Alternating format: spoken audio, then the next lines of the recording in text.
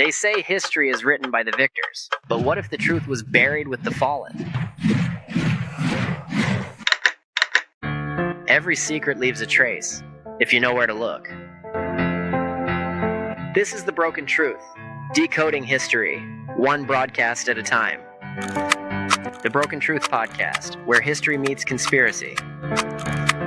Every case tells a story. Every story hides a lie. Welcome back to the Broken Truth Podcast. I'm your host, Garrett, and tonight joining us is the guys over at Conspiracy Chaos for an episode of Audience Confession Night, Part 2. We're going to jump into some deep topics tonight, and I'm happy that these guys are joining us. Gentlemen, welcome to the Broken Truth. How's it going? Thanks for having us, man. Of course. I'm excited for this. I love when we get to collaborate with our creators. It really gives some context to this. So we got a couple submissions from a bunch of audience members. Have you guys had any submissions on your end? No, we haven't dove too much into the audience side of things. We really primarily focused on the guest and working that angle so far. Awesome. Well, the first topic we'll jump into tonight, the Jerusalem Post had a section that was covering Donald Trump officials swapping houses for military bases out in Israel. Interesting topic with everything that's going on with the Israeli conflict. What do you guys think about all this? Mike will probably want to touch up on this one. Mike loves Trump. Oh yeah, Trump's my favorite. They're all my favorite. What can I say? They bring a lot of entertainment. I would say that's probably factually true. I mean, that's kind of crazy. I mean, didn't we just give somebody a military base in the United States that are like known terrorists? Yeah, I didn't even hear about this. Utah or something? Yeah, in Utah. It was the ones from Dubai. The oil. God, what are they? The sheiks. Yeah, the sheiks. Yeah, they have it's crazy, man. Mike's not wrong there. I'm gonna get the exact name. Hold on 1 second. Yeah. This whole Israeli conflict as a whole is nuts. It seems like, I mean, without getting too controversial, I mean, I know it's a touchy subject for a lot of people, but it seems like Israel, since the dawn of time, has had their hand in almost everything and their finger wrapped around America financially, like on an immense level. And I wonder, well, what's all up with that? They pretty much, I mean, now if you see any of our politicians standing up and talking, there's always an Israeli flag behind them. I mean, to this point, it looks like they're calling the shots. In all honesty, from my point of view, it looks like they're the ones calling the shots. And like you said, they're involved in everything. You could go back to 9/11 and you could allegedly say they have ties to even that. You know, there's so much that it goes back to.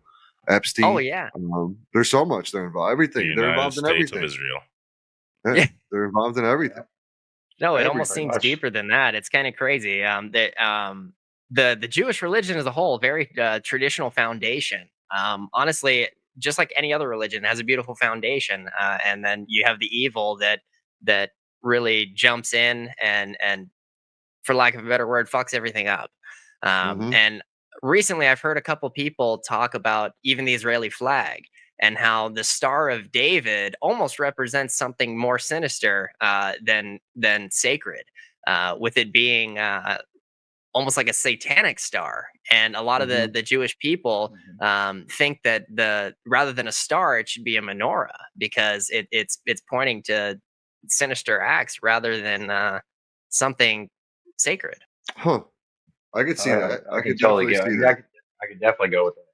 Yeah, I mean, Israel. Like, look at all the politicians it has all over the world, right? That has Israeli connections. Like, there's not just politicians in the United States that are Israeli, or from Israel. There's many all over the world, and I mean, it's a slow invasion that's happened for years and years and decades. And I mean, everything you look at and everything you see, there's some way a connection to Israel. Like, I think they just bought like the rights to ChatGPT. I think they did. Oh my gosh! Yeah. So I mean, and just think of it and look at everybody who's involved with Israel. Every president has to kiss the wall. Celebrity. You see like Messi, the soccer legend, do it. You see actresses and actors. I mean, There's a reason. It's unfortunately it is satanic. Like like you said, it had a beautiful foundation. It probably started righteous, but I mean, look at how much evil is in this world. I mean, it's easier to be negative than it is to be positive, right? So you follow people who speak loud, and I mean, look at Trump. He's one of the loudest presidents the United States has ever had, and everybody's following along. You know, and it's just all part of one big plan Israel has to essentially have total control. Oh yeah, no, it's really interesting that we have all these shadow players, the deep state, the Illuminati, the cabal, whatever the hell you want to refer to them as, and they have their hand in everything. And just like you said, something that has a beautiful foundation always gets messed up by the powers that be. Always. And it's unfortunate that we're kind of in this realm, and then us here in America, we're just fucking dumping money to this as if it's nothing, even though in all reality, what play do we have in this? Like, why? What's the point here? We've always given money to them and supported them financially for what? Like, it doesn't make sense. And some of the money. I don't think it's. Go ahead, Go ahead, Ralph. Mike. Well, I was going to say, some of the money we find out where we're spending it is crazy. It's to the point where, like, when Doge came in and we were given $300 million to Africa to teach trans elephants or something. You know what I mean? Like some of the crazy shit they were The spending. money we on spend, is- oh God, it's disgusting. Yeah, I don't know why we're in it. Why do we have a hand in it? It's a good question. We've been in it for years. I don't know, like Mike said. They go over there, they put What the if it's hat not on. a? Yeah, What, Mike? exactly. And what's to say? What's to say it's not? We're not supporting them. What if it's a payment, right? Like, what if Israel or people who run or the head will say mafia guys? Remember back in the day in their neighborhood block, they would go to businesses and charge them protection, right? So what if it's payments that we owe them because they are the boss and they just Yeah, I mean that's true. throw out these dumb things that are like, well, we just spent 200 billion on what do you say, transgender giraffes? Like, do we really believe that? You know what I mean? Like, it's just a front. It's money laundering at its finest. I mean, look at Biden and all them through Ukraine. Look at how much money they funnel. Nope. So Yeah, and you even look I at think it's just a something game. like the Catholics and in Rome and how corrupt all that is. I'm wondering if there's some sort of tie in terms of like the greater plan of like what we would consider the concept of the New World Order. If we're kind of in the final stages of this taking effect. But yeah, it'll be interesting to kind of see what comes of all this for sure. The Vatican's one of the most corrupt places in the world, man. Oh, absolutely, and it has been since the dawn of time. But I mean, shit, same goes for Israel and the whole Middle East in terms of all the. Didn't the Rothschilds help fund the Vatican? For some reason? Well, the Vatican heard that. Yeah, it's true. And they became a powerhouse. I think I heard the same, and then they funded and made Israel. Did you guys ever hear about Knights, right? Didn't they travel from the Vatican to Israel? Well, did you guys ever hear about the how there's three popes? The regular pope we see, the white pope, the gray pope, and the black pope. And the gray pope's the one who actually runs, like, is the one calling the shots behind the scenes. Interesting. Yep, and it gets mentioned every once in a while. I was listening to something the other day, and the gray pope came up again. But yeah, that's usually the one that runs everything. And I always say too, if we know their name or know who they are, they're not really calling the shots. It's people up above them that are truly calling the shots. There's a couple. Kind of how many of us here in America have thought the same thing with the president being the puppet. Yeah, that's all it is. It's an actor, man. They're all actors. Yeah, it's interesting you mention with the Rothschilds and everything. I just finished an episode with JT Follows JC. We were talking about the Genesis 6 conspiracy, and he was mentioning that the bloodlines following in from the dawn of time, right? And you have this lineage that's tracked. You have the Seth lineage, the Cain lineage, and everything. And the shadow players, at least, whether they actually do carry this lineage or think that they do, that's all the power that they need. They think they're protecting something, right? But the Rothschilds and those massive powers allegedly have direct lineage, and they are the bloodline. And same thing with all the presidents of the United States. They supposedly have a direct lineage that's tied. And what a lot of people here in America don't understand is the presidents are essentially appointed. We're not actually electing them. They're the chosen powers to be. And it's interesting. We're kind of led like cattle. Yeah, we're sheep. Absolutely. And they follow. They all. And we walk just like them too. Get in line, and go head down. Yeah. Trump is the only one that's not part of that bloodline. He's the one who broke that bloodline, right? I mean, he's still a Jesuit, but he's the one who broke the bloodline, I believe. You know, I'm not sure. I have my questions about Trump. I mean, I do think he's done some great things. After his first candidacy, it seems like he was almost taken off guard. He got a lot more pushback than I think he expected. I think he was planning on being able to do a lot more, accomplish a lot more than he was able to. And then coming into this next campaign run, you have his whole assassination attempt, which who knows what the hell really happened there? Was it a candidacy ploy just to kind of bring some attention if he was down in numbers at all? But I'm not sure if he does direct tie or not. But just like anyone, I think there's a hand so far up his ass that he's just a puppet like the rest of them. Yeah, I would agree. I don't think that is Trump. You think it's a fake Trump? Like they were faking Biden's? Yep. And think about it, right? Like when Trump first started, you could totally see that he was fighting the deep state. He was going after the WHO. He was doing the tariffs. He was doing all these things. And at first he was telling Israel, like, you better stop doing this or we're coming, right? Like he was doing all these things. And then all of a sudden overnight he flipped. He's bound to him. Now we're doing this, we're doing that. The big, beautiful bill is terrible. It's got good things in it, but for the overall future, it is terrible. I mean, he brought in, was that Planeteer, right? Planeteer is ran by Mossad, Israeli fucking guru, right? So he's embedded all into everything that we see, hold, touch, So, I mean, who knows? I mean, there's so much out there. I mean, it could be him and he just became stupid and had to follow along. But usually if you don't, they kill you and replace you.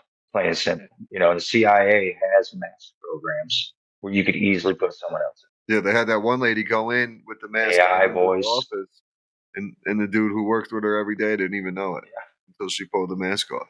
CIA out. And George Bush didn't even know. And George Bush didn't even know. She walked in George Bush's office. Yep. And walked in there and he had no idea. So, Garrett, let me ask you a quick question. That's mine. Have you ever heard of the Paysar family? No. Paysar is a good one to get into. That's one that this family owned all the railroads. So they bought all the railroads and started the railroad industry back in the early 1800s. Daniel Paysar was the first one to come over. They're affiliated to with the Rothschilds and Rockefellers and such. I think they're one of the higher families that kind of call the shots over those guys that we don't hear much about. And Daniel Paysar, there was something where like a child was swapped and this and that. There was King Henry. It was like King Henry. It was like King Henry, the 8th or something, and his brother. Yeah. He had like a bastard child, and like they sent somebody. Basically, they sent the similar to what the Rothschilds did, of how they sent like a bunch of family. They're all over here, and they ran the railroads, the railroad system all throughout. And they're the money that they have supposedly is just so basically stupid. What they did every time they had to put the railroad down, they had to buy the land. So over time they owned the land, but then over time they sold the land and they made all their money off of selling the land that the railroads were on and all that. So they became extremely powerful. The problem they were from England. You can't find much French. You can't find much about them. French, okay, French, yep. Yeah, but you cannot find much. Their bloodline is not open. Mm-hmm. So you bring up the concept of railroads, and recently I came across not very recently, but William Cooper talks about it in his book Behold a Pale Horse, that all of the railroads and major highway systems are all very close to the large federal penitentiaries. And he mentions this because it's strikingly similar to that of the Holocaust. in terms of the railways being close to the concentration camps. And as it's said in the concept of the New World Order, when it does take effect, or at least allegedly, that's what they say. When this happens, the United States is going to declare a state of emergency. And when this happens, FEMA takes control. The president is no longer the president. They have a whole underground government, and then that power takes control, right? But we as citizens have to go to the post office and register with the census. And then once we go to the post office, they essentially tell you where you're going. The men are probably going to go to labor camps, as was in the Holocaust. And then the women are going to get sent to wherever they get sent to. So it's interesting that, as you mentioned with the Pesar family, that these railways were kind of, from a foundational level, established before we were even a thing. So you think like this is all planned. Yeah. 100%. Possibly. I mean, it makes sense. Takes a while. It makes sense because they're so far ahead of us. Like the whole pandemic was planned years ago. You know what I mean? They practiced it and all that. So like, I think they run a scheme of literally just, and it's been the same team running it for, hundreds and hundreds of years at this point. But like, they have a playbook and they stick to their playbook, and it's a long game for them. They're in a marathon. It's not a sprint.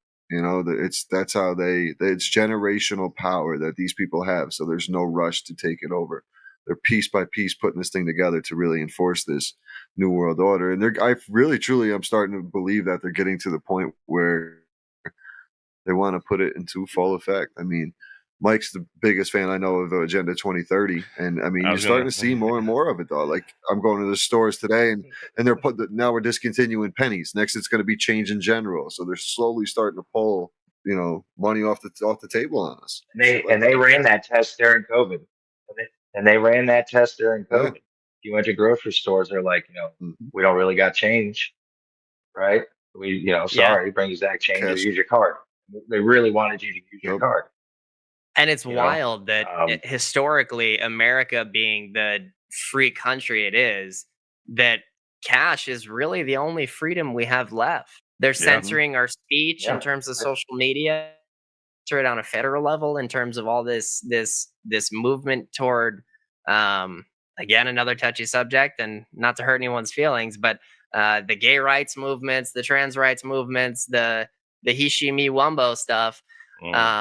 And it's crazy. It's all agenda. Hate crimes. This is America. We got rid of all the historical figures. The football teams can't have their names. The statues can't be a thing. Like, we're just rewriting the textbooks over and over again. Bingo. And it's going to get worse. It's going to get worse too. Like, it is happening in the UK. It does happen in China, to where, like, eventually soon, because I know they put in a bill in place for anti-Semitism, but we can literally start seeing cops coming to our doors because of a tweet or a post and it literally, people in the UK are getting arrested. No, I've seen it. Like, someone complained about a tweet you posted. We're going to have to take you to jail. That is another step towards Agenda 2030. Yeah, but England, they don't have the First Amendment like we do. If you don't get that. I push back on it. They don't have the Second Amendment either. Right. They don't have the First Amendment. They don't have the Second Amendment. It's I mean, they could try, but it ain't gonna have, like, there's gonna be so much pushback, especially after COVID. Why are they protesting in the streets in other countries over digital ID if it's not serious? Like, it's happening in those countries, but I think the US, I don't know. I don't think it's we're gonna have nobody's even moving. They're like, hey, everybody, you should buy a UV car. And look what happened. Like, UV cars exploded, right? So if you do a digital ID. Because nobody's life. Eventually, they're going to take out engines. Know why nobody's done anything, Mike? Because no one's been affected yet. That's why. Once people start to get affected, like with the whole SNAP thing slowing down, if people didn't get money sooner than later, man, they were going to start stealing and doing what they had to do to get by. There's no other option for some people out there. Oh, we're getting affected. Yeah. We're getting affected, like COVID. That's a part of going towards Agenda 2030. Because when you do a digital ID, how about the gold stars on everybody's license? You can't have that. If you don't have that, you can't fly, right? Like that's going towards Agenda 2030. What did everybody do? Well, I got to fly, so let me go get the gold star. Now I'm cool. Let's go, right? Like um, when the digital ID will come in, it won't be that bad. You're like, oh man, this is cool. It's, it's efficient. It's this and that. That's what they want, right? Like MK Ultra, they're brainwashing you to thinking something's good before when you see the root totality of it, it's a complete negative, but it's already too late because It's you get the portrayed digital as like a ID, your convenience. wife gets the digital ID, so you can go to Disney. Exactly, it's portrayed. But say you miss a day of work, right? Your phone tells you you miss a day of work, you're being deducted this. Or you go to the store, you've had steak twice a week already, you go to get steak again and tell you no. Like, Yeah. and that's how they go. And they just do that little by little until eventually it's too late because you've already made the process of accepting it during COVID by staying in your house, wearing a stupid spit through mask or a freaking guard over your face while you're riding in your car by yourself, dumb shit like that. Like that is submitting yourself to propaganda. MK Ultra, Absolutely. people believe it, right? Yeah. Well, No, absolutely. So did you see Mabdami over there in New 2030 York? scary. He wants to do this. He wants to do the. I mean, it's kind of almost similar to that with the government-run supermarkets distributing food. I mean, are they gonna? Is it gonna come to a point where they say you could only have like you said, Mike, you already had your 2 steaks this week. You can't have any more, or you only get two dozen Yeah, eggs. That's it for the week. No more for you. Like, is it gonna? It is exactly. kind of a Or scary you thought if didn't they you didn't control. pray. Yeah. Or he goes, you didn't pray 3 times a day. You can't come in and get food. You know what I'm saying? Like Yeah. he's already trying to get cigarettes, liquor, lottery tickets, anything that's a sin to Sharia law out of stores. He wants women after dark to dress, to not go outside and dress appropriately Mabdami, he's when nuts. out. He's got some crazy Yeah, ideas. Yeah, it's that crazy. guy's fucking crazy. We'll go to Harlem and go to That's a whole Harlem and try to tell a female how to dress on a Friday night. Good luck. Yeah, right, right. I think it's Right. interesting here in America, right? We almost have this false sense of freedom. We have historically been known as the laziest and most easily influenced society. We have this And the most overspending obese, culture. The most what? most obese, Obese. Yeah, no, the absolutely. fattest. Absolutely. Oh yeah. And it's interesting. We touched the concept of the Second Amendment, and we hit this idea that we've almost been in this state of a civil war for 15, 20 years now. Probably more on like the 10 to 15-year realm, especially as gay rights and everything got approved. That's when everyone kind of in the microcultures got put on their pedestal, and then rather than coming together as a society, we've now been torn apart. Which ultimately, that's the idea here. We have two concepts of Absolutely. power. We have influence and fear. That's the way the power takes control. And in order to kind of keep this in effect, be together. Unity is not a thing. So they need these micro groups to be put on their pedestal. Everyone's in fucking turmoil over immigration, over rights, over everything. And we have all this looting going on. We have all these riots going on, all this violence. And at the end of the day, we come back to the Second Amendment, and it's like, is America really strong enough as a civilian population? Are we in unity that we're ready to push against this, or are we just falling in line? I mean, probably Falling in just line. falling in line. To be honest with you, like it's 80% at least Yeah. is gonna just fall in line. And I'd agree with that. And Easily. that's kind of why I say we Easily. have this false sense of freedom. And the Second Amendment, does it really at the end of the day? Because like if you and your local community, at least from a direct response to a threat, right? And that threat being the government or these powers that are wreaking havoc on our society. If you don't have your own network that are Second Amendment bearers and are ready to take direct action on this, you as an individual, you're fucked. You don't have the Mhm. power in and of yourself to take that control. The power's in numbers, and that's what we as society, as a world, really need to understand is that we need to come together, regardless of what you believe. We can agree to disagree on the minor shit at the end of the day. What's more important is society Mhm. and human race, right? So at some point, we really need to wake up and kind of make a change. So I'm curious to Push see back a little. what's gonna happen. The, Yeah. I don't. I honestly, I hate to say it, but like we are There's got to be closer some to a type of civil pushback here. war rather than a revolution. Oh, I 100%. tell the boys all the time, there's no more. I tell the boys all the time, there's no more love thy neighbor. There's no more of that. Half 90% of people don't even talk to their neighbors anymore. You know, head down, walk here, walk there, go to work, come home. Um, but then you want to argue about red and blue, right? When at the end of the day, it doesn't fucking matter. Um, Exactly what he just so, did. Picked up his um, fucking phone. Yep. Yep. Yeah. yeah, yeah, I would love to see us all come together and push back on this, but I think the damage is already done. I mean, it's in the kids, it's in the generations, the poison. Um, I think that if it does happen, I hope it's not too late, but it's going to be close to being too. America is about to have their 250th birthday, and I think didn't they say like empires fall around 250 years? Is this America's time? Is this the reset? Is this? I mean, it's going to be scary either way. Yeah. No, absolutely. Absolutely. It's coming. It's crazy. And you even mentioned the It's coming. concept of love thy neighbor, and like you said, it's gone.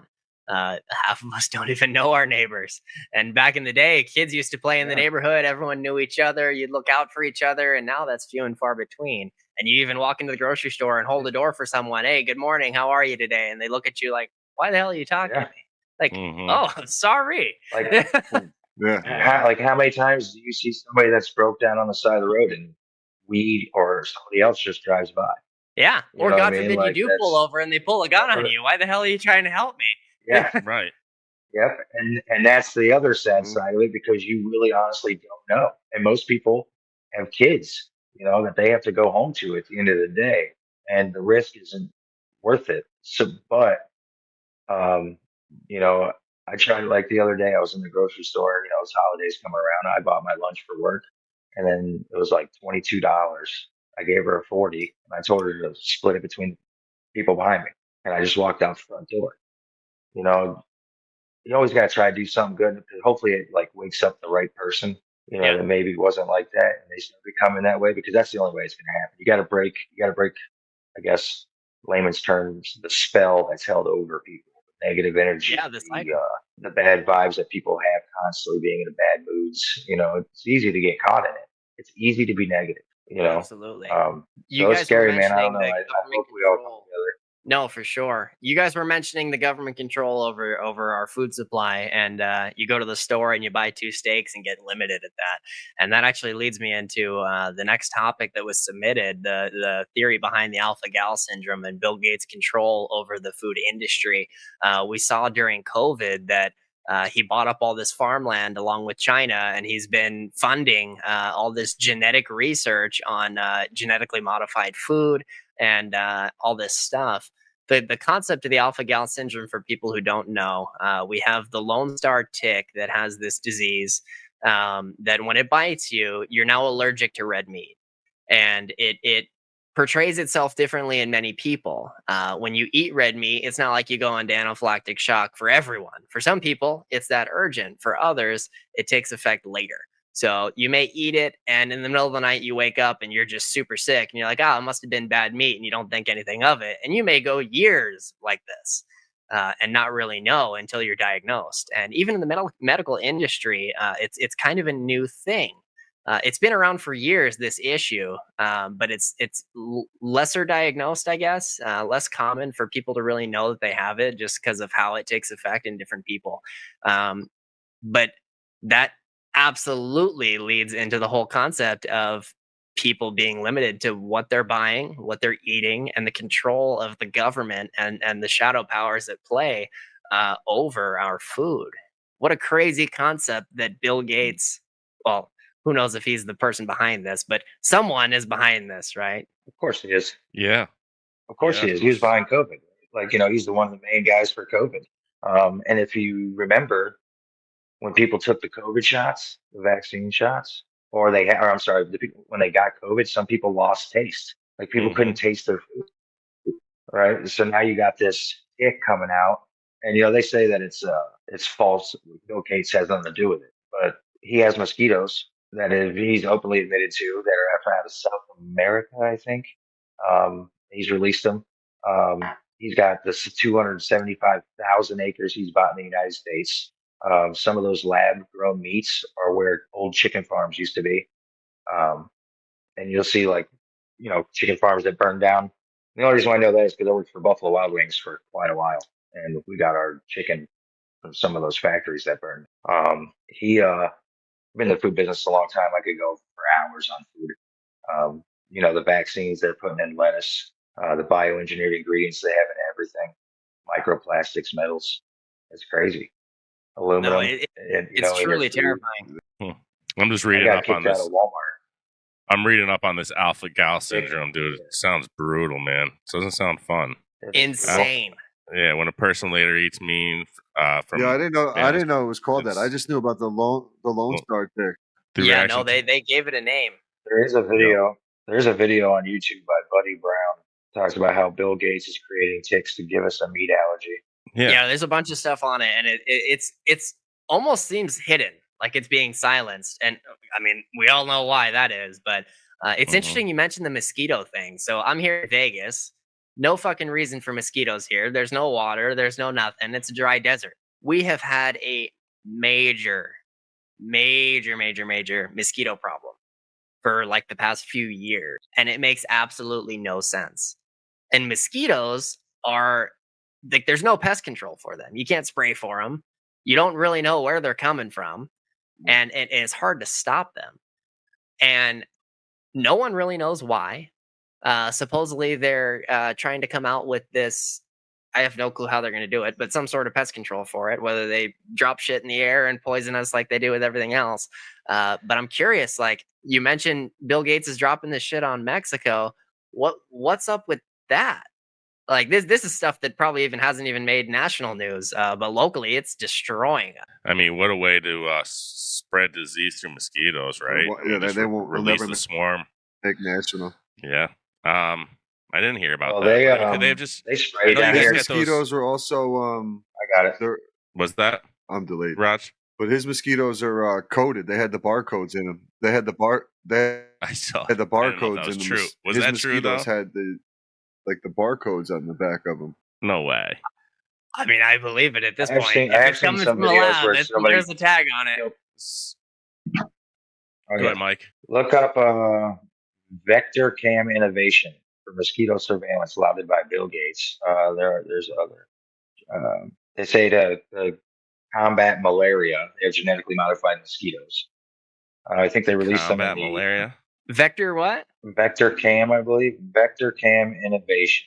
Doesn't Vegas also get a lot of those crosswinds? Is there any possible way that like the mosquitoes just got in a crosswind and they just made their way over to Vegas somehow? I'm always like thinking the other side to push back. Yeah, I mean, if you're playing devil's advocate with it, I mean, sure, there's probably some way they could have got here, but the question is, how are they remaining?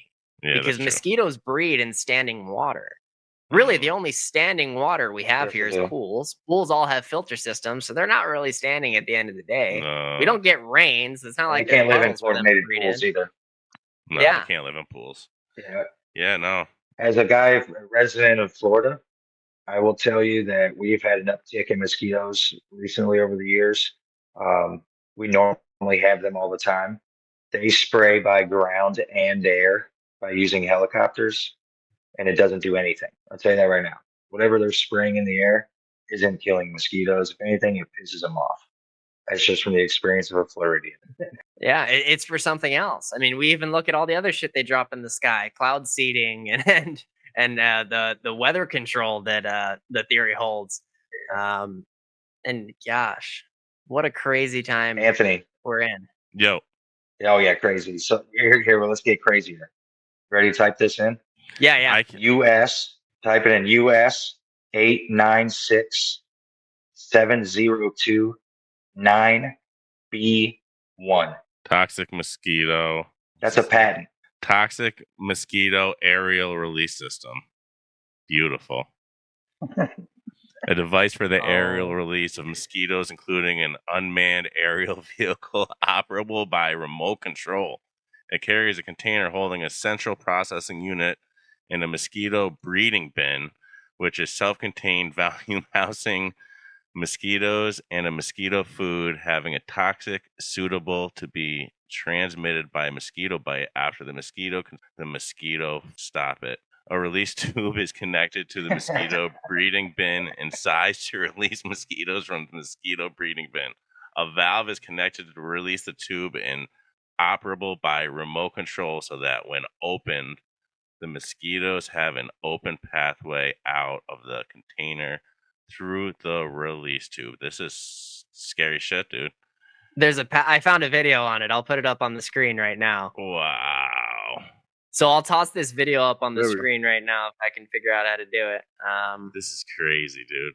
Raj, were you there for the read with this mosquito, the patent for the mosquito releasing? No, am I delayed really bad though? No, you're fine. No, you're good. Not now, you're not. Okay. So here's this video. I don't think it has any audio, but it shows a really cool depiction of what you're talking about. I'll toss it up on the screen right now. We engineered mosquitoes in California and Florida, billions of them. But now let's add this. Patent number US 8967029B1. What's the title of that patent? Toxic Mosquito Aerial Release System. That's interesting, isn't it? Or should I say incredibly alarming? Stay tuned for a shocking summary excerpt from the Toxic Mosquito Release Patent System. The billions of engineered mosquitoes about to be released in California and Florida. And while considering that, let's examine patent number US 8967029B1, Toxic Mosquito Aerial Release System. Here's an abstract from this patent. A device for the aerial release of mosquitoes includes an unmanned aerial vehicle operable by remote control. It carries a container holding a central processing unit and a mosquito breeding bin, which is a self-contained volume housing mosquitoes and a mosquito food having a toxin suitable to be transmitted by mosquito bite after the mosquito consumes the mosquito food. A release tube is connected to the mosquito breeding bin and sized to release mosquitoes from the mosquito breeding bin. A valve is connected to the release tube and is operated by remote control so that when opened, the mosquitoes have an open pathway out of the container through the release tube. Now let's go to this from this patent, the background. Stated right on the patent. Governments have sought after weapons that can be used to deliver chemicals, viral, bacteriological substances for lethal and non-lethal administration to assembled masses of people. Non-lethal uses typically include peacekeeping operations for use in actions not considered, quote, military operations and against terrorists or state actors in war. In this sense, such weapons can be used to control both armed enemies and civilians. Not all uses of such weapons, the patent states, are prohibited by treaty. The present invention is capable of delivering lethal and non-lethal toxins, including any agent that can be carried and administered by a mosquito. Wow. Talk about answering my question as to how this is happening here in Vegas. It's pretty scary. Just think about it. And you can do toxins. You can do toxins. You can do vaccines. Because now they're doing aerial vaccines. Bill Gates talked about doing aerial vaccines, putting the vaccines in your food, lettuce, fruits, seedless fruits and vegetables. Don't eat that crap. But yeah, dude, that's scary stuff, man. Like you can literally Did you see do that? There's the one phrase in there though that they said was you can't use it on the military or seat actors in war. Did you guys see that? Yeah. There was one little line in there. It said actors. Actors. Raj, you are a little delayed. Actors. You are now. I've never seen it before, but state actors. Makes you wonder. Jeez. What makes you wonder what isn't all fucking fake, Yeah, Huge no, simulation. that is absolutely terrifying. Yeah, man. That is crazy, and it makes you wonder what else they could do with all these bioweapons, man. I don't know what it makes. So, Mike, you were talking about them putting all the vaccines in our food and shit. It brings you back to the question: why do they care so much if we're vaccinated or not, or if we're vaccinated? Like, why? They want to kill your. They want to kill your DNA. They want to change your DNA. They don't want any bloodlines. Okay. Yeah. They want to take away your identity. There's only pure bloodlines with the higher families, but Yeah, I mean the whole mRNA. They just want to change your DNA. They want to erase history because your blood tells a story. Like that whole, what is that called? They call it ancestry DNA. Like that's a whole yeah, 23andMe and all that. Yep. Yeah, it's all a scam. They want your blood. That's why I don't donate blood either. You can't have it. But yeah, they want to get rid of your blood, change your blood. Crazy. But it is crazy. And then population control. That's another thing. You see all these people. I mean, how many athletes were dying after the vaccine? Military males, and it wasn't. And then it did exactly its job, right? It took all the older people who had ailments and it wiped them. Right? They couldn't recover once they. So what is your thoughts on that? Having heart attacks. I was just gonna say, what is your thoughts on? Do you think they were just bad? Do you think they were just bad, like bad doses of the vaccine, or do you think it was just already in that person's body? If they were gonna go, they were gonna go with the jab. You know what I mean? Yeah. You know what I'm trying to get at? Yeah, I don't think they were bad doses, because if you look at the first patent for COVID, I believe it was in 2000. But you can't say that too though either, because vaccine for 20 years. Because you had professional athletes, soccer players, basketball players, etc., dropping too. So it wasn't just necessarily like people out of shape and over, with health ailments or over obesity or anything like that. It was happening to everybody. So it was. But to kind of expand on that, just because someone seems that they're in tip-top shape doesn't mean that they have some sort of underlying genetic deformity or issue that could be directly affected by this vaccine. So the concept of it being a method of population control could absolutely be a thing, and they're trying to, again, back to the Holocaust concept, get a pure race and eliminate the people who are spreading these genetic mutations and dysfunction. Yeah, try to literally mess up that bloodline. And that. Do you think they were using people? Garrett, you think that they were using 23andMe and all those other DNA things to try to see if they would try to find like the original Nephilim bloodline? You think that was? I think that they know who the original Nephilim bloodline is. Honestly, we have the Book of Enoch, that's essentially a redacted chapter of the Bible. That the seven sacred sciences were passed down. They've been protected since the dawn of time. So I think the people who are directly connected to this they know. Oh yeah. And I think it was the 23andMe and all this DNA testing is more to uncover society. I don't think it has anything to do with uncovering who the bloodline is, but it's more of like, who has these issues? Let's get a larger study group and a greater understanding of what's going on in our world and where our genetic deformities lie, so we can now cater these biological weapons to eliminate that. Okay, I can see that. I can see that. That's another one. Yeah, because as we mentioned, we're like a sheep society. So we take vaccines, and I have nothing against vaccines, right? For the most part, they've been shown to do good things, as long as they're used in a good manner, right? Just like anything else, there's good and evil. But we have all that is, in many cases, overpowering, and yeah, it's it's a damn shame. Yeah, man. It is a shame. I mean, I tell people all the time, like, I've never had the flu vaccine. I've never taken a flu shot, other than in school, right? When you're a kid, stuff you have to take. Like, how come is it when you get the MMR shot, you get the measles? I don't ever remember getting a shot in school. Yeah, I don't either. We had to get one. We also had to do fluoride. I mean, I'm 43, but we used to have to swish fluoride before we did the Pledge of Allegiance for 30 seconds every morning. Yeah, I never had to do that. Wow. And then spit it out. Whoa, wow. The fluoride thing is an interesting concept. Yeah. I'm glad you brought that up, because holy crap, the studies that are coming out on that, and I wonder why now, out of all times. The shit they're putting in our water. I mean, you have oh god, what's his name? Huge conspiracy theory guy. Alex Jones. Years ago, Alex Jones. Yeah. He said, he made the statement, the water turned the frogs gay, due to the study that was done in the reservoir. And holy crap, like how real is that? I mean, maybe not that specifically, but just the concept that like they're actually doing stuff to genetically modify us, and like you were saying, destroy our DNA. And look at it though. Look how society in general, how much softer it is. Like how much more feminine overall it is as a society. Like everybody's worried about feelings. 20 years ago, people weren't more concerned about someone else's feelings. Now everything's worried about how the next person's going to feel.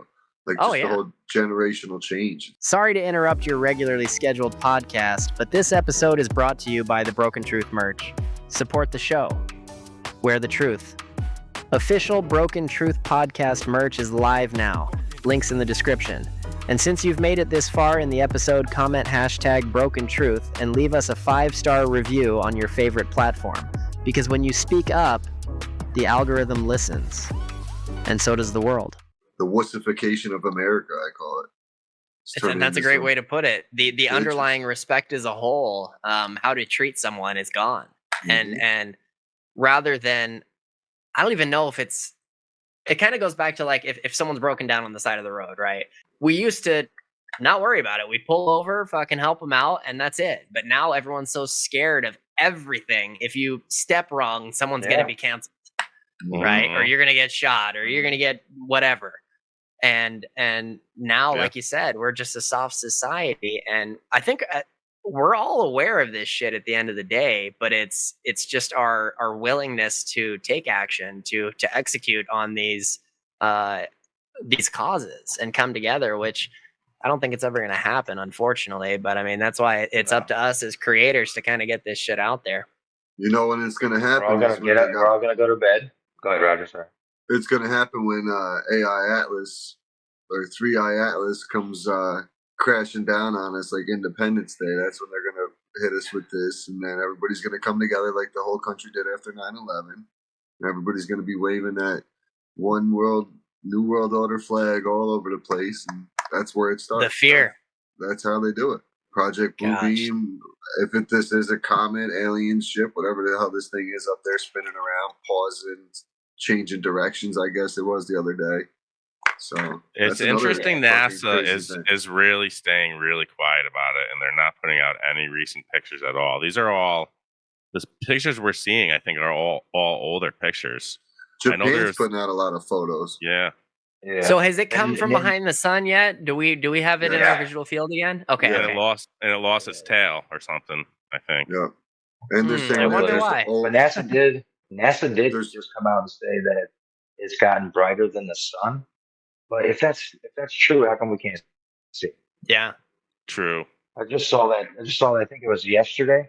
Oh, okay, let me see. And it's also interesting that around the same time that the government shut down here in America, this is when the whole 3i Atlas thing came out.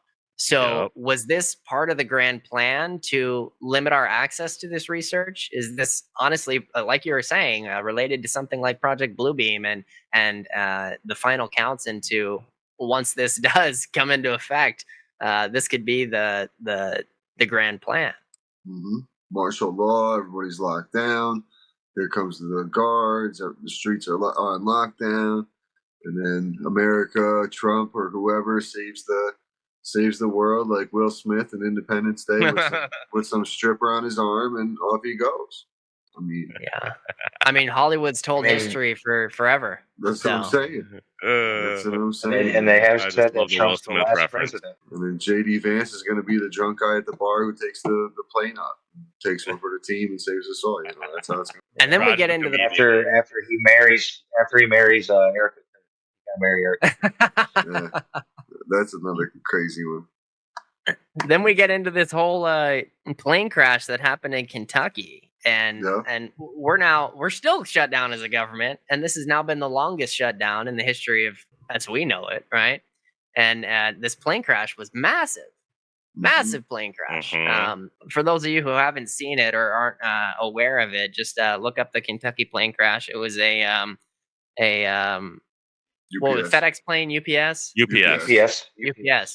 plane that crashed into a building that contained what was it? It was like petrol, oil, oil and tires.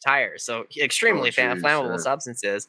But what the hell was this plane holding? Was this plane holding secrets? Was something on that plane that shouldn't have gotten out to the public? And then was this directly related to the government shutdown or potentially the 3i Atlas thing? I mean, how often do you just see an engine fall out of the bottom of a plane. That's literally what happened. It just doesn't happen. I mean, No. planes, we had the weird things going on with the planes early on in the year when we still have weird things going on.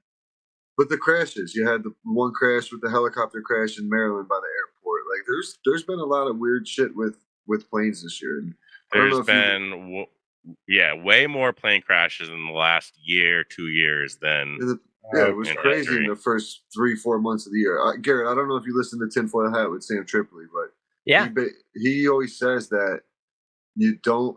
He travels a lot for being a comedian and such, but he almost feels like they don't want us to fly anymore. And it kind of comes back to like the 15-minute cities, where okay, let's just lock it down, make it so miserable for people to fly, or people get so scared to fly.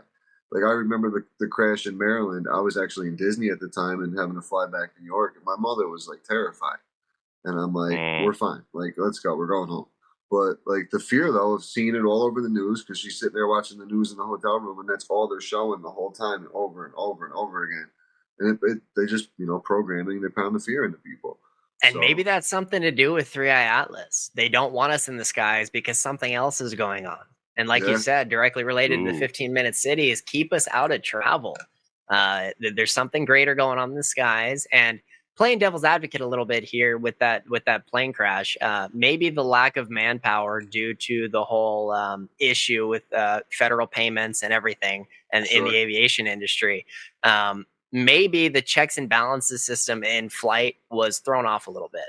Obviously, we know planes are checked very thoroughly before they take off. They have a whole flight check pattern before anything happens. So for a plane to catch fire while it's on the runway taking off is few and far between. But then that leads me into the idea that we have this whole thing going on that is just, there's really no answers to. Right. Or is this one of those things where they do it like a magic trick? Look over here at this big plane crash while we're doing this over here. Because the left hand doesn't know what the right's doing. Yeah, the sleight of hand, and that's a lot of times that's what they do is cause a distraction. They did it when they had stuff when Diddy's stuff was going on. They would make something happen. All that. They always find something to pop into the news to take a headline away. I mean, there was 3 crew members and 3 casualties. 33. 33. Then you get 33 is the death toll. No, there was 14 total. Oh, 14. 14. It was only 3. Yeah, but on the plane there was 3 on the plane. Oh, 3. Okay. Yeah, that's for the 3. Yeah, only 3. Most of them were on the ground. 11 on the ground, 3 on the plane. Working in that recycling place with the tires.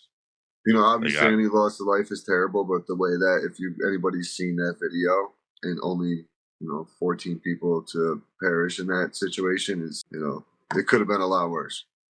It could have been a lot worse. Obviously, you don't want to see anybody pass, but Jesus, that's crazy. Yeah. So I had a listener that submitted. They want me to cover a Hitler documentary, so I'm in the process of doing that. Okay. They sent me a huge submission, and I think they wrote this themselves. I'll read it. It's going to take a minute because it's pretty long, but it gave me a really interesting perspective on everything. And I'm probably about a quarter of the way into this documentary. It's going to be a couple hours long. But holy shit, I didn't realize that Hitler's life, he was almost bred into what happened. And I had no clue because the history books don't teach you that, obviously. But from a very young age, he was just in constant turmoil. You had the area that he resided in, the propaganda that was being spewed, the wars that were occurring were from the time he was born. His parents died at a very young age. In his early teens, he was homeless. He was displaced. And he was constantly spewed this propaganda. He joined the military, where he became what we would consider a general or whatever. And led an army of people prior to him being the chancellor. But wow, what a crazy concept that he was kind of guided in this direction. And no wonder why Europe as a whole was kind of blind to this concept of what was going on at the time, or at least that's how the history books write it, because all this stuff was going on. Everyone knew about this propaganda. And I'm honestly surprised that he was the only person or at least the head person, to kind of let this play out. So yeah, I'll get into reading this because it gives some interesting perspective. So this goes to say Hitler was revered and loved for a reason. He knew the problem was the Jews and the propaganda smut material that they were ruining. And when he started Germany, he was the best and fastest turnaround economically speaking. Then you add in the fact that Jews were actually the ones who declared war on him, and it shows he wasn't the aggressor outside of not wanting their ideas, filth, and greediness ruining his country. Now, where he went wrong was when he panicked over his medical issues and abused drugs and went extreme in the war. But then add in that there was never more than 6 digits. Let me see, I'm not going to read some of this because it doesn't read very well. Never more than 6 digits on his arm, and that the gas was actually delusing for lice to keep them clean. Not to mention that people forget the Kennedy files that were just released had the actual number of deaths, and it wasn't 7 million. Then you take into account we also did the same thing when the Japanese attacked Pearl Harbor. We encamped them the same way because you want to ensure you know where your enemy is. That's just war. There's so many things showing how the Jews have lied and skewed history in their favor, but we just let it happen because the same thing they did to Germany, they're doing to us now. I'm not saying that every Jew is bad, but the majority want us to suffer. Just as I was saying earlier, that there's good and bad in everything. It goes on to say, I mean, look at their texts and laws. It says they kill us for not being Jewish. Hitler wasn't the monster they made him to be. I'm not saying he was a good guy at the end, but he started out as a savior for Germans and it was working. Then add anyone wanting to stop the Jewish banking system ends up dead. Doesn't make sense. Kennedy, the Titanic, 9/11. I mean, the list goes on, but we have been so infiltrated and brainwashed that now you can't talk bad about them at all or state facts and truths with explanations without being called anti-Semitic and told to look at the lies and skewed truths in history as the example to trust the Jews. Plus, his mother was Jewish. By Jewish standard, Hitler technically was Jewish, and people forget that. Actually, in my research, in his early schooling years, he had a lot of friends that were Jewish. This is just part of the history at the time. This goes on to say, and the Titanic is actually crazy. That's worth a deep dive. J.P. Morgan essentially killed everyone against him, starting the Federal Reserve with the Jews, and in the process, not only made him a self-made millionaire on the insurance fraud to pay back the Lithuania, that was really the one that sunk, and in the process killed everyone that would have stopped the passing of the Federal Reserve. He killed 3 birds with one faked iceberg strike. They conveniently used the identifiers he switched easily from the 2 ships after it sunk to prove it was the Titanic. This wraps up by saying the Jews are the problem, and I have no problem saying that out loud. I'm tired of people walking on eggshells and refusing to say it or to bend to their every will because they're afraid of optic and being called anti-Semitic. Now, let me phrase this by saying I have no stance on any of saying people are bad.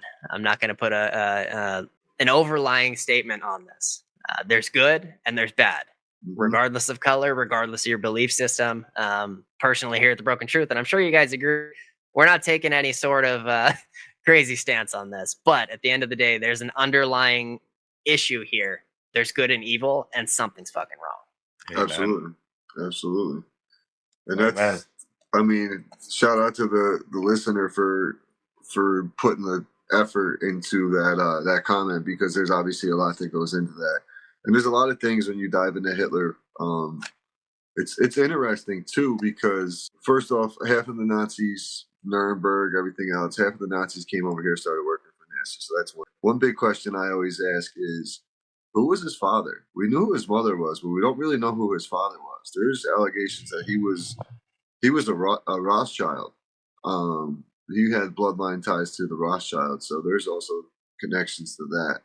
But and then, like the listener said, he was definitely, you can see him when he's at the one soccer game. My man was a drug addict. He was a meth head. He loved crystal meth. You can see him in the videos. He's cringing. He's sitting there going like this, like a crazy person.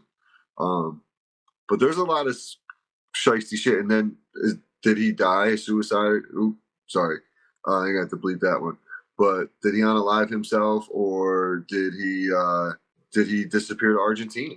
And then there's a lot of alleged German camps and stuff in Argentina. So there's whole communities down there, blonde hair, blue eyed people. So I don't know. Hitler's that's a very while deep, digging into deep dive. Oh no, it's wild. And while digging into my research again on this whole documentary, on the conspiratorial aspect of things, you have the concept of the concentration camps and the gas chambers, and there's some first-hand accounts that say the gas chambers weren't even a thing, and that it was a kind of a ploy, more of a fear tactic, and something that was written in the history books that may have not necessarily happened on a grand scale as it was said to be. But then you also have the idea that America was behind a lot of the concentration camp ideas, and that they had a huge tie into what happened during World War II. See that too. Yeah. I wouldn't doubt it. I mean, like, don't they have the translations of Hitler's speeches and stuff? Like, you can listen to his speeches back in the day, and They're very interesting. That kind of makes sense. That kind of makes sense, and like your follower said, you know that you say he was talking about. Sorry, I just lost my. No, but there's But he talks about how we're fighting what we're fighting here, you know, with LGBTQ and all that. Like, he talks about the same thing, and like in his translations, he essentially says he's fighting for Christianity. You know, and, you can go on YouTube and watch his speeches translated in English. It's very interesting what he says. It's interesting you mentioned translations. So I'm a huge fan of Tucker Carlson's work. I'm not sure if you guys watch him now, but he got fired from Fox because of all his propaganda that he's spewing. He's pushing against the grain of the agenda, right? But now he's on every platform doing his own thing, and the people that he's interviewed is absolutely astounding. Great Nick work. Fuentes. Did you see Nick Fuentes? See that one? Yes. That was actually a really. And then he did the huge interview with Putin at the Kremlin. I think he's the first person to be invited to the Kremlin to cover Putin. And when you listen to this, wow, that was a crazy interview. I've never had the concept of Putin that I do now, because all you see is what the media portrays of him. He's this fucking monster, and as he explains Russian history and that the whole idea of Europe, it's like, holy crap, what an interesting thing that Russia was supposed to be a part of NATO, and that it didn't happen because America essentially lied, and he wasn't willing to be a part of it. And he almost seems like, and who knows, you know, master manipulators are at the end of the day are all a thing, and he's part of the shadow play at the end of the day. But it's crazy. That's a crazy concept. That's one of the reasons that he's trying to take over Ukraine. They want to make Ukraine a NATO country, and he doesn't want that. You know, because he knows how rich the Ukraine land is. You know, that's why Trump wanted that mineral deal, right? And you notice we haven't heard about Ukraine or anything in a while. Like, it just magically stopped. Are they no longer bombing each other? Like, you don't hear about it, you know? Yeah. And it kind of goes back to, like, you stopped hearing about Ukraine once you started hearing Trump talk about putting housing in Gaza. It's like the kind of trend. But I've seen that interview, and Putin's totally against the deep state. And he's a scary dude. Like, he was like the biggest, the baddest, the deadliest assassin for Russia. He wants to go out with, no pun intended, but with a bang. He wants to leave his mark on history. He wants to go out with some type of something. He wants to be a part of history, a big piece of history. Yeah. That's how these people I thought it was super interesting. Fucked up in the head, man. They're all fucked up in the head. Yeah, him, Kim Jong-un. Leadership gets them, power, authority. Think about when you're working at a job when you were younger, and that one person got the promotion to manager, and all of a sudden they changed up. That little bit of authority changed them right up, and they acted totally different, like they were the shit kind of thing. Power tripping. But what I thought was really interesting about all that is that during the very beginning of the interview, and as he's giving this historical context, Tucker kept trying to lead the interview, right? And he's trying to get him off his historical background, but he's like, no, wait, I'm not done with my story. I'm almost done. But it's really important because he's giving this historical context that is really silenced in American history, and I'm sure global history as we know it. And he's saying, this is why we're at war. And it's like, we're portrayed to be these monsters, but at the end of the day, this is our history. Like, this is so much more deeply rooted than what anyone. And I thought that was interesting because, like, it kind of portrays him to not necessarily be this monster that he's made out to be. Yeah, it's very interesting when you really start to dive deep into his background a little bit more, and especially like where did he go? Did he take off to Argentina? And then like his right hand man was Werner von Braun. Werner von Braun was running NASA. You know, it's fucking it's crazy. And like Nuremberg, what happened there? None of them guys went to jail. None of that shit. Nuremberg trial. I was like, oh bullshit. Like, it's just so fucked up, that whole thing. Tripoli always says too. He thinks we actually lost the war, and that's how in whatchamacallit they took power, and we're going with the flow. I mean, I believe it. Everyone always writes the grand finale the way they think it is, and to put themselves in the forefront of it. But who knows what really happened at the end of the day, and who knows what's going on. But hopefully, someone can get a grasp on this at some point. Hopefully, but, like, haven't you found it weird that the moment people started waking up and diving into history, into the world, they stopped teaching it in school? But they're not teaching about the world wars anymore? No, they don't teach, like, at least down here, they don't teach anything beyond like 2000. Everything's on a tablet, math on a tablet, but they don't teach any history at all. Yeah, I think it depends on where you're going and what school you're attending. But at the end of the day, you're absolutely right. There's a lot of stuff that's being taught that is absolutely insane. I mean, you even have all the trans rights, gay rights stuff that's being taught to children in elementary schools. Yeah, it's insane. Like, what the hell? Like, at a bare minimum, even sex ed wasn't even taught until high school. I was just gonna say, whether it's for straight people or it's not appropriate. Sophomore no. In our school district, it was our sophomore year of high school. We took the sex ed class. So I was 15 years old. Mm-hmm. Yep. And when you actually have an understanding. We weren't even mature enough for it then, because we were all laughing and giggling and everything else. Still, you know what I mean? It's crazy. But it's a planned agenda. Like, you know, Baphomet, right? Baphomet is a transgender guy, right? You want to push your agenda, you put it on little kids, young kids, 5 to 8 years old, who are discovering things, life themselves, you know, because their brain, kids are so smart, right? It's not polluted. But now you start polluting it you start polluting them at a young age, because they're attached to a tablet 24/7, and they're watching these crazy, weird videos, and they say, you know, they want to be called them, they. You know, or they want to identify as a dog. I've seen a video where thousands of people dress up as a dog on a leash walking down Chicago. Like, they call them furries. Furries, yeah, there you go. They got litter boxes in bathrooms and schools. It's funny you mentioned the I identify as. I recently opened up my merch store and have a bunch of hilarious t-shirts on there, and one of them is I identify as classified, and it's a classified folder with the classified stamp across it. Nice. And I was thinking that ties in perfectly to the conspiratorial realm of things, and perfect for our society. That's hilarious. Yeah, that's a good one. That's an awesome one. Yeah, that's dope. But shoot, let's get away from all this doom and gloom. I had another submission. They dropped an episode from the Confessionals podcast. It talks about there was a party here in Vegas out in the desert, and that there was a portal where there was allegedly vampires on. Yeah, this is you mentioned this before. I've never heard anything about this, so this is a good one to get in. Yeah, so I mean, as many people know, Area 51 is in Vegas, and we have a lot of these DUMBs, as it would be called, the deep underground military bases that supposedly have railway ties and underground tunnels that are all around the country. I covered an episode on, oh gosh, I'm losing my train of thought now. What was Skinwalker Ranch out in Utah? Yeah. Mm-hmm. This stuff and all this extraterrestrial life and vampires, I don't know, that's a stretch.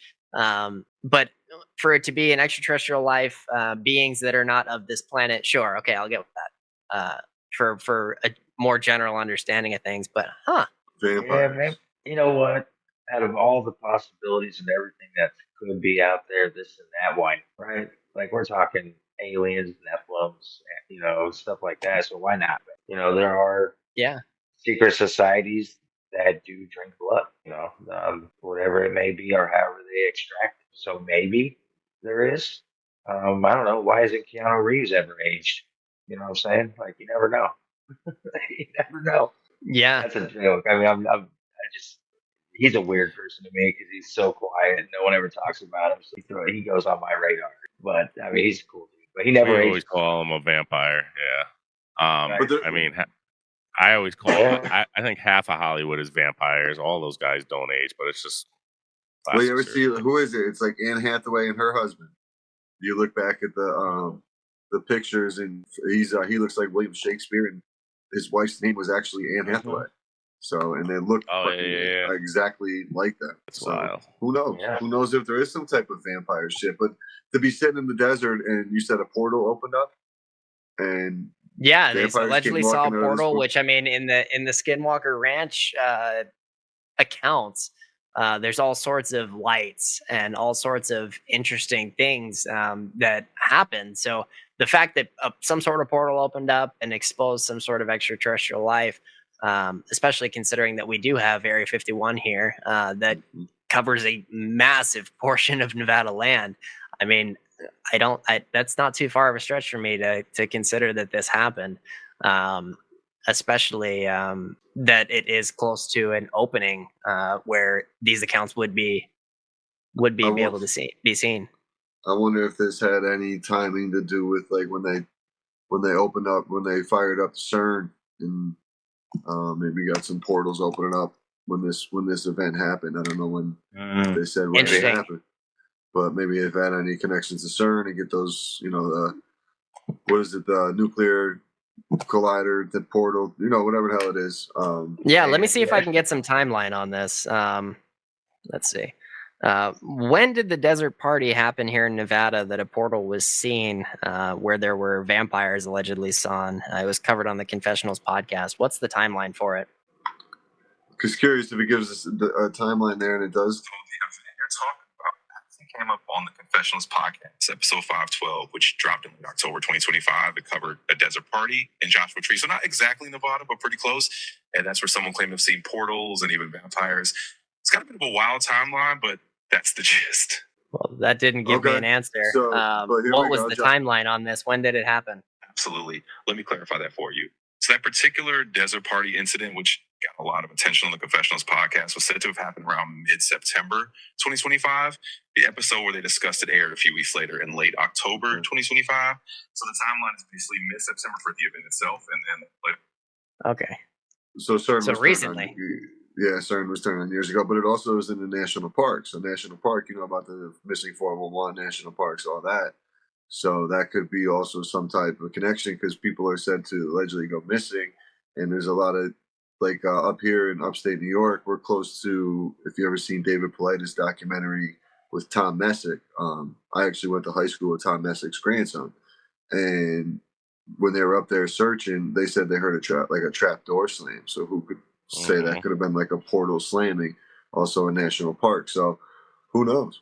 Who knows if that's what it was, or was vampires came out and grabbed them, or I was going to say, was that anywhere near National Park? Just said Joshua Tree. Joshua Tree, yeah. That's so a national park. National Park. So this all happens in national parks. Yeah, and then the ties to, what is it, Eisenhower, with the alleged deal with the aliens when he went to get some dental work done, but he had a meeting with the Grays, or the Moon-Eyed people. Did you ever hear that? Yeah. Yeah. No, absolutely. And you even have that whole concept that's protected by the intelligence agencies, that there was a treaty that was signed back in the 50s and 60s when all these abductions were happening, that essentially they're allowed to do as they do, will continue as we do. And the treaty allegedly said that you guys can continue to conduct your experiments on society, right? And as we know it, the aliens or extraterrestrial life lost their ability to reproduce. So they're conducting studies on us to essentially figure out what's wrong with their genes and get that ability back. Reproduction but then it also leads us into the idea that, like, are they trying to reproduce with us?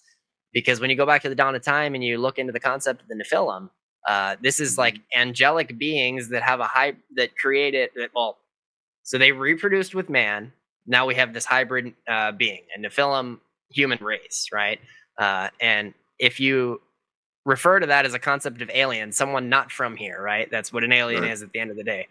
That could be the exact same thing. Maybe the aliens are trying to put their seed essentially back on our soil to where it's lesser known to us. Wasn't it in the Book of Enoch? Was it the Anunnaki who bred with the Nephilim first? Am I misconceived? Yes. Yeah. Okay. Yeah. So who knows? Yeah. So you have the whole Watchers account, the 200 Watchers that came down, and they directly and against what God said, don't breed with man. And you have these sons of God that bred with the daughters of men and created this hybrid being that's still supposedly lingering within our world today. Don't bite the apple. They bite the apple. Yeah. And that's another thing. We even talked about it when I was talking with JT. You have two accounts of why the flood happened. We have our man's betrayal. Well, so the Bible refers to it as sons of God, right? So Adam is a son of God. We are sons of men. We're not from God. So Adam being the son of God, and then Eve, who was made from Adam, directly went against what God said, and they ate from the tree. Then we have another direct creation, the angels, who have these heavenly powers that also went against God's word. So these two major accounts, the second of which being kind of silenced in terms of religious text and doctrine. But that's why the flood happened. Interesting. So back to your vampire thing, did we find a timeline in September? Yeah, September 2025, so very recently. Okay. September 15th, 2025 to October 1st. CERN arcs 78 and 81 were at full heat load of 180. Is that common? Is that it was above average that day from that time? I look, obviously I'm not a scientist, so there's some of these numbers I just don't understand. But yeah, but if you look and see if that was over average, if that was a higher number, then they could have been doing something. CERN's an interesting thing, but that national missing 411. I know David Plettis has said dealt with some heat lately over the way he goes about business and such, but it's still an interesting topic with all these disappearances. There's so many of them, and obviously national parks are huge places. People could slip and fall and go disappear in wildlife, whatever the case may be, but still. For this old man up here with the Tom Messick situation in the Adirondacks, he's in his 80s.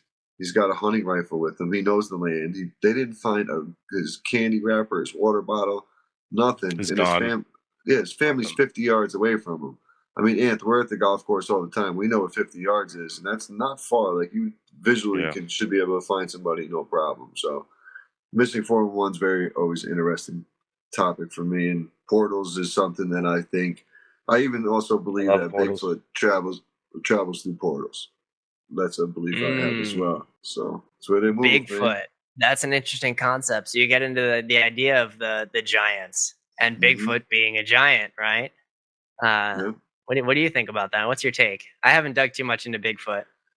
I think we just recently had on a couple weeks ago on our podcast Adirondack Bigfoot researcher, our guy John, local guy for us. So he's dove deep into some hunts and stuff like that, investigations. I definitely think Bigfoot is out there, and I think it's also it's something where they can, if they don't know necessarily they live in caves or how it works for them, but I really do believe that they travel through like portals and dimensions. I don't know. I don't think necessarily we're in a simulation, but I think we're also interdimensional in a concept and we could travel in a sense. I don't think we know what we can really do. I think that we can 100%. Wormholes and all. I was just gonna say, don't they say we can do it through wormholes? But obviously, I don't think you would come out the other end. And Tesla stuff they were working on. I mean, there's so much shit we just don't know about or have access. You get into the whole concept that like our mind is limitless. It's just we don't know the powers that it truly holds, and then you get into the whole idea of unlocking your third eye, and the idea that behind meditation, you have, oh gosh, what's it called? Astral projection. Yes. Yep. So, I mean, that would be my direct relation to the idea of time travel, honestly. Because if and when you do unlock this astral projection concept and you can spiritually come out of your body and travel around and see things, whether it be a dream state of mind or whatever, it's reality at the end of the day because it's what you're experiencing. So that could be part of that. No, it's crazy too when I hear people talking about astral projection. They when they go to certain places, like say you're going to like astral project and overlook Area 51, there's guards still in that realm that are protecting that site, not letting you get to that one lady, Amy Elizabeth or something like that. She's been on a few podcasts. She talks about it, blonde haired chick. She talks about going to like I think it was Area 51, and she was stopped by people watching her, so she had to get out of there because she knew she was being watched and they were coming out at her. So there's also like other interactions inside that realm when you are astral projecting. Wow. Allegedly. And you do have a protector. Astral projecting, you have, because we are you have energy. a protector as well. Yeah. I'll send you the we clip. are we are find the clip energy. This Yeah. This is just a capsule. So when you astral project, I didn't really like go anywhere, but DMT was quite fun. I did leave my body. I did station around it. I thought it was 12, 15 hours. It was really like 30 minutes. I think it'd be cool to be able to do that all the time. I feel like there are people who can do that all the time. People who do deep meditation here, people when they unlock something when they meditate, what's it called? And they're literally like floating around and they can hear other people's thoughts. Like I was watching a podcast talking about the guy was sitting in a diner and he was in like full meditation mode, and he can hear the person behind him talking to like their mom about their problems. He could hear them even though they weren't saying anything. He could, it's like taking the Limitless pill. That movie Limitless, where he takes the pill. Yeah. Honestly, focus. I keep going back, Mike, to that night. I had an episode, Garrett. I was microdosing for a while, and then I was taking heavier doses on Friday nights. Well, it got a little heavier, but then I was like getting a little cocky with it and taking handfuls. Got a new strain. Definitely humbled me. Learned a lesson, and I just took a handful of they were like little tiny mushrooms. They were like very dense though. And my go-to, I would always throw them in a grinder every Friday night and make myself a little shake, orange juice. And I drank this down. I didn't weigh it out. Like I said, I just grabbed a handful, threw it in there. Well, I'll tell you what. I was doing them for a year straight. Every Friday night, I never felt this way. When I said my whole body, my body, or my spirit left my body, I was not there anymore, dude. It was absolutely insane. Like I would. Garrett, this guy sent me a video of him swinging his golf clubs in his parking lot in his underwear. So I was gone, dude. I mean, I thought. I think when I was doing that, Roger, I thought I was in heaven. I thought I was dead and I thought I. They say when you take a lot, you die out, and you feel like you have a spiritual death. It's so hard to explain, but I was like. Oh, I wish I could go into it more. I would do it again if I had a shaman or a babysitter watching me, but I highly suggest you keep it at a lower dose, man. It was pretty wild. But you just reminded me that of get that, a golf coach is what you get. There's definitely energy that can leave your body. There's something else out there, dude, and I found it that night for sure. It was wild. It was pretty crazy. Mushrooms are a trip, man. Now I'm curious if you guys were to experiment with being able to hone in on that control, and rather than just letting it take its course, you guide its course and see where it can take you. That's why next time I would do it if I had somebody kind of keeping you in line and that in between the lines, right, in my lane type deal.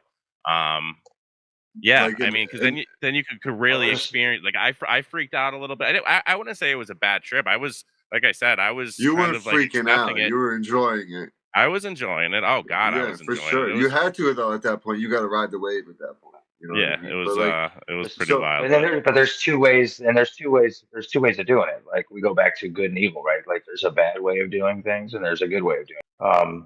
Mushrooms, DMT, ayahuasca, stuff like that is a very spiritual outer body drug. Like he Garrett mentioned it a couple times throughout. He talks about a realm, that we're in a realm. Like I could fully see that. Like it's like you're playing VR, right? And you're on a whole nother world. And then you take off the VR and then you're in a real world. Like what if this is just one big giant VR? Yeah. I mean, we know that You can't dimensions are see. proving, and we're just living within a dimension that we can see, touch, and feel. And then we have ghosts that are in another dimension that some people are more attuned to than others. So Did you ever see the clips where they're gonna put like the thought of putting AI in with like Sims, the game Sims, and giving like this? It's they said that you're basically giving it. You never saw that video, Raj, that I'm talking about? Well, they kind of do it now, and Alexa sits in your house, kind of same thing. Yeah, AI's been in your house for a while. Alexa's been there for a while. But I think, yeah, AI is crazy. That's so bad. Yeah, it's taking. I You hate can't it and tell I what's love real it. and what's not. I hate it. Yeah, just like anything else, it has a lot of good and it has a lot of evil, depending on That's whose hands it, it's man. in. Everything. The yin and the yang, has above, so below. Yeah. Like, what if the concept was that we are a prison? If we're going like realms, right? Like say we're like a prison planet. Like where other species come here, reptilians, Nephilims, aliens, and they're all in here as a prison planet. That's why it's so negative. There's so much hate. There's so much war. I mean, if you're going into the realm aspect, I could totally see that because then you see portals, right? Or people just getting dropped off and they're closing it behind them. And like, you got to deal with it. Like, what's that movie where they secluded kids and what they thought was like an island? Remember, they came up through the ground. Children came up through the ground, and they thought they were on an island. It was just them there, and they built a beach. No, the beach. No, not the beach. What the heck's it called? They didn't come up through no ground. But they gave them like so much food for. They gave them so much food, this and that, and they thought it was just them survived, but they were actually imprisoned. And and like these little animals, these like robotic animals would come out. Man, what's the name of that? I don't watch movies, man. I'm so terrible with movies. I've never even seen Star Wars. Yeah, I've only seen a handful of things too, honestly. Yeah, I don't watch a lot of movies. These guys always ask, and I'm like, I got no fucking clue what you're talking about. Shoot, while you're looking that up, to lead into our last topic, someone submitted the idea of the Kandar giant. I'm honestly not too familiar with this, so I'll research it and have it give us a little description on it. Give me some backstory and history. Explain the concept behind the Kandar giant. Of course. The Kandahar giant is kind of a modern legend that's popped up in a lot of military and conspiracy circles. Basically, it's a story that started circulating from around the early 2000s. The tale goes that a group of U.S. soldiers in Afghanistan encountered this enormous humanoid creature in a cave somewhere near Kandahar. And we're talking giant in the literal sense, like a 12 to 15 foot tall, red-haired humanoid being. The backstory is that this giant supposedly attacked the soldiers, and after a pretty intense fight, they took it down. The tale gets more elaborate with claims that the military whisked the body away and that it was covered up. It ties into a bunch of folklore themes, Johnny into ancient times, biblical references like the Nephilim, and just the whole idea that there's still these hidden, mysterious creatures out there. So it's become kind of a modern myth that blends military lore with these older giant legends. That answers the question perfectly and gives a lot of context into 9/11 and why it happened. So there's a theory that 9/11 happened because we needed a reason to go into the Middle East to fight. Gilgamesh. Well, not fight, but yes, Gilgamesh. We have the tomb, or the tomb, or the throne, or whatever. So yes, absolutely. If we were in Middle East and trying to recover artifacts that were around this, then yeah, you're gonna uncover some beings, some giants, and absolutely, I believe that could have happened. A fight with this Kandar giant. Probably protecting the tomb of Gilgamesh. This was in August of 2016. Man. Yeah, dude, that was the whole Hillary Clinton was the one who was after the Gilgamesh. You know? Yeah, and trying to protect all of this. And I mean, and this is uncovered in the early 2000s that it was saying that this legend came to be. So yeah, I mean, if they did come across this Kandahar giant, that's a Nephilim. Oh yeah, There's no doubt about it. 100% Nephilim. It was a legendary 13-foot tall, enormous creature who dwelt in the Afghan highlands and was destroyed by U.S. special troops. The authorities later covered up the death of the red-haired giant with six-fingered hands. Ginger. Andy was six-fingered hands. Creepy. Wouldn't it be great to actually like speak this one of the guys on that mission? Like, what? Obviously, they can't talk about it, but what did you see? Like, let that be like my uncle who was out on an operation or something like that, and like the guy you're sitting down at the end of the bar and like, yeah, I was on that op. There was this giant with red hair though. I've also heard Bigfoot sightings of red hair too. So to say not a correlate. 13 feet, that's huge though. That's huge. But I mean, that's what they would have been, the giants, the Nephilim. So I definitely think that that they came into contact with someone who was protecting whatever these artifacts are, and they obviously we have the power to find the stuff out. But yeah, that gives a lot of context. It said it appeared out of nowhere from a cave, killing one soldier with its spear. So now these things got weapons now. So 13-foot red-haired monster running at you with a spear. Yeah, that's how you start your Tuesday morning. Yeah, as you're casually exploring the desert. Yeah, go grab your Starbucks and your little pastry and walk out to that. Man. No, thank you. Oh, here we go. NDAs, non-disclosure agreements were required of the soldiers. The troops, on the other hand, had broke their silence because they believed that the truth should be revealed and the public had the right to. U.S. government denies the claims.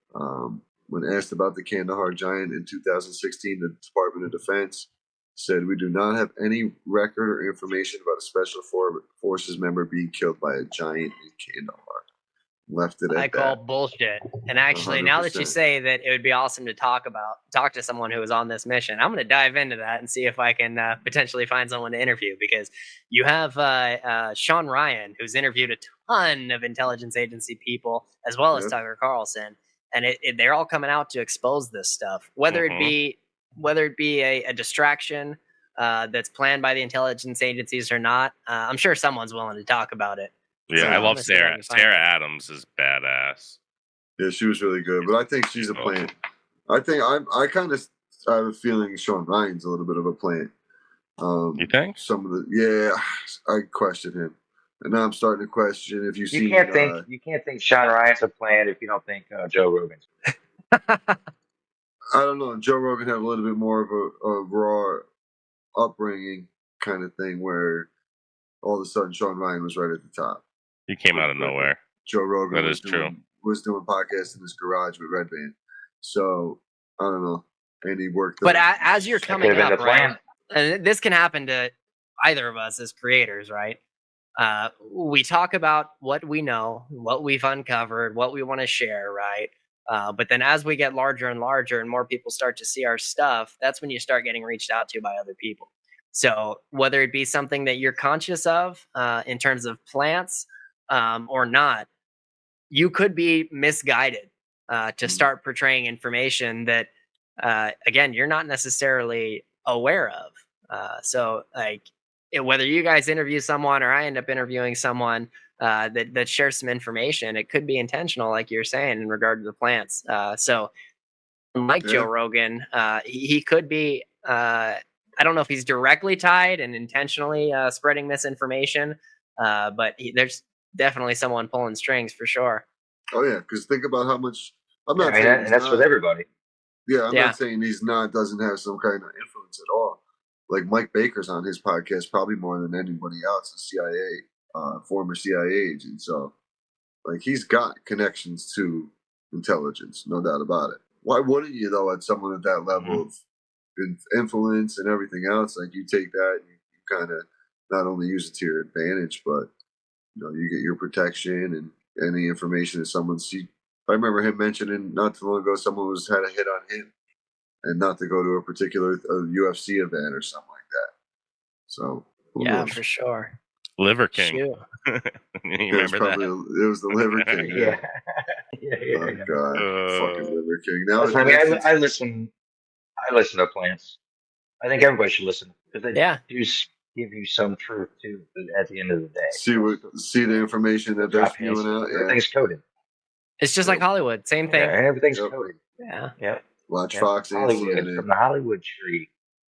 So, Garrett, with you being in Vegas, I got to ask you something. How deep did you dive into the Vegas? Oh my gosh. So I'll talk to you guys more off air about this. I don't want to talk too much about it live. And I'll explain why off air. But there's a lot of shit behind I like that. I don't know if I'm gonna cover it or actually, maybe I'll reach out to you guys more about it. But so the podcast as a whole, I'm about to wrap up season 1. Season 2 is going to be all ancient history and mystery, and then season 3 is going to be shootings and war.